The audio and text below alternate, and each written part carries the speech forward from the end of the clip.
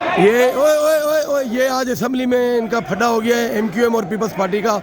ये आप देख सकते हैं, ये फटा हो गया है। ये इनकी मारामारी शुरू हो गई है फयाज बुद्ध की।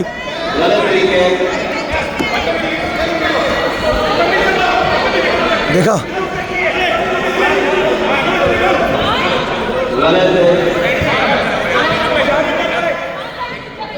ये आप देख सकते हैं पीपल्स पार्टी और एमक्यूएम का ठीक ठाक फटा हो गया है असेंबली के अंदर।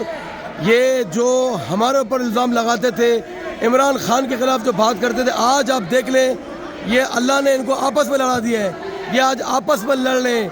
पीपल्स पार्टी और एमक्यूएम गुत्थम गुत्था हो गए एक दूसरे के साथ। ये बजट स्पीच के अंदर ये मुकाफात अमल है, जितना इन्होंने खान के ख़िलाफ़ किया है, अल्लाह ने जो है इनको आज दिखा दिया है कि आप अगर किसी के खिलाफ नाजायज़ करेंगे तो कुदरत आपको आपस में लड़ाएगी।